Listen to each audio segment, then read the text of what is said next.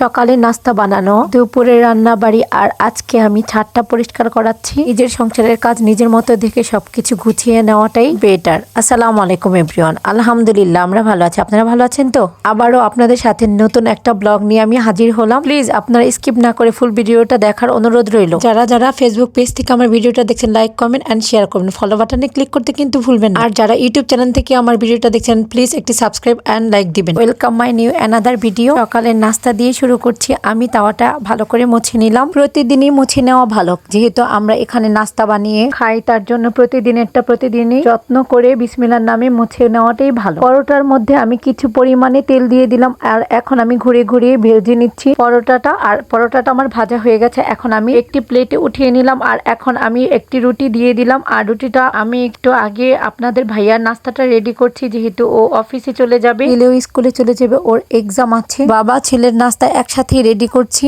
আগে রেডি করে আপনাদের ভাইয়াকে নাস্তাটা দিয়ে এসেছি, আর এখন আমি রেডি করছি ছেলের নাস্তাটা। তো আলহামদুলিল্লাহ আমরা সবাই নাস্তা করে নিলাম। আর এখন আমি দুপুরের জন্য রান্না করছি। আজকে রান্না করব আমি পালং শাক দিয়ে, পাবদা মাছ দিয়ে আমি ঝোল রান্না করব। এই তরকারিটা আমার ঘরে অনেক পছন্দ। আমার যেমন পছন্দ, আপনাদের ভাইয়ার আর ছেলের, আমাদের তিনজনের অনেক পছন্দ এই তরকারিটা। যতদিন পালং শাকের সিজন থাকবে ততদিনই আপনাদের ভাইয়া পালং শাকটা নিয়ে আসবেই, কারণ জানে যেহেতু আমি পছন্দ করি, ছেলে পছন্দ করে, ও পছন্দ করে। আমার ঘরে যদি শুধু পালং শাকই রান্না করা হয় তাহলে সবাই অনেক খুশি হয়। বিশেষ করে ছেলে বলে না, আম্মা আর আজকে অন্য কোনো তরকারি রান্না করো নেই, আজকে আমি এক পদই রান্না করব, যেহেতু আমার এই পালং শাক দিয়েই আজকে সবাই ভাত খাবে আর অন্য তরকারি ধরবে না, সেটা আমি ভালো করেই জানি। তো তার জন্য আমি আজকে পালং শাকটাই রান্না করছি, আর আমার জন্য ভালো হয়েছে। প্রতিদিনই তো 2-3 পদ করে রান্না করতে হয়, তো আজকে আমি একটু রেস্ট নেই। আজকে আমি এক পদ রান্না করে একটু অবসর নেই। আর আমার আজকে একটু কাজও আছে, কিছু অর্ডারি জামা আছে, তো ওগুলা আমার আর্জেন্ট দিতে হবে, ওনাদের নাকি প্রোগ্রাম আছে।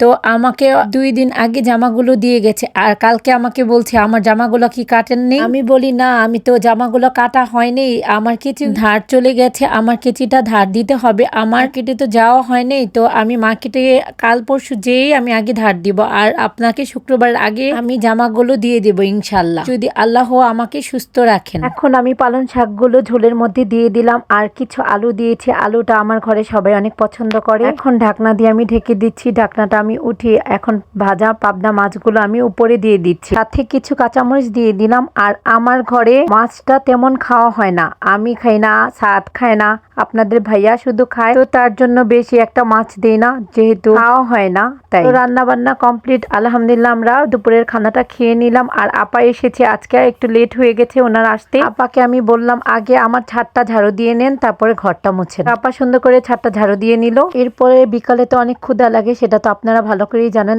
আর এখানে আজকে আমি একটু চানাচুর মাখিয়ে নিলাম। আমি কাঁচামরিচ, ধনিয়া পাতা, টমেটো কুচি, পরিমাণ লবণ আর সরিষা তেল দিয়ে আমি চানাচুরটা মাখিয়ে নিচ্ছি। আর আমার চানাচুর মাখানো ভর্তা অনেক মজা লাগে। আর আগে আমার ছেলে খেত না, আর আমার খাওয়া দেখে ও বলে, আম্মু তুমি এত মজা করে চানাচুর ভর্তা খাচ্ছ, আমার অনেক ভালো লাগে। আমি বলি তুমিও ট্রাই করে দেখো। পরে ও একদিন ট্রাই করে বলে, আম্মু সত্যিই তো অনেক মজা। পরে ওকে বললাম কোনো কিছু তো খেতে চাও না, একটু ট্রাই করলেই তো খাওয়ার স্বাদটা বুঝবে। তো কথা বলতে বলতে বিদায় সময় চলে এসেছে। এখানেই থাক, আবার নতুন কিছু নিয়ে হাজির হব। ভালো থাকবেন, আল্লাহ হাফেজ।